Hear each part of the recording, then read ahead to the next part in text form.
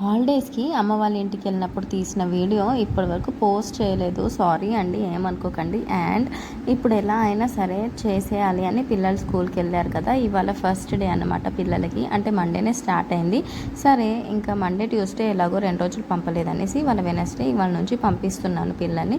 ఇప్పుడు 12:30 కల్లా మళ్ళీ వచ్చేసారు. ఎండ అయితే విపరీతంగా కొడుతుంది కదా! ఏంటక్క వాయిస్ ఏమిస్తున్నావు? వీడియో ఏంటి అంటారా? చెప్తా అక్కడికే వస్తున్నాను. ఇదైతే అమ్మ చేసిన వంకాయ కర్రీ. మేము వచ్చే ముందు గుత్తి వంకాయ కర్రీ అయితే చేసింది. సూపర్గా ఉంటుంది. అమ్మ చేసిన దాంట్లో మీ ఫేవరెట్ కర్రీస్ ఏంటి అనేది కామెంట్స్లో పెట్టడం అస్సలు మర్చిపోకండి. మా అమ్మ అయితే కాకరకాయ కర్రీ కానీ, మటన్ కర్రీ కానీ, ఇలా వంకాయ కర్రీ కానీ అద్భుతంగా చేస్తుంది. ఇంకా అందులో నాకు ఇష్టమైంది కాకరకాయ కర్రీ. నేను చేస్తే ఎందుకు చేదుగా అనిపిస్తుంది. అదే అమ్మమ్మైనా చేశారా సూపర్గా చేస్తారు కాకరకాయ. ఇంకా అత్తమ్మ వాళ్ళ ఇంట్లో ఎవ్వరు తినరు కాకరకాయ. ఇంకా పెళ్ళంతతో కాకరకాయకి దూరం అయిపోయాను. హాలిడేస్కి ఇలా అప్పుడు వెళ్తూ ఉంటాను కదా, అప్పుడైతే అమ్మతో చేయించుకొని మరీ తింటాను కాకరకాయ కర్రీ. ఎప్పుడైనా మీకు కూడా చూపిస్తాను వీడియో. అండ్ ఇక్కడైతే గుత్తి వంకాయ కర్రీ అయితే రెడీ అయిపోయింది. ఈ వీడియో ఎప్పుడు ఇస్తున్నా కానీ నా నోట్లో నీళ్ళు ఊరుతున్నాయి.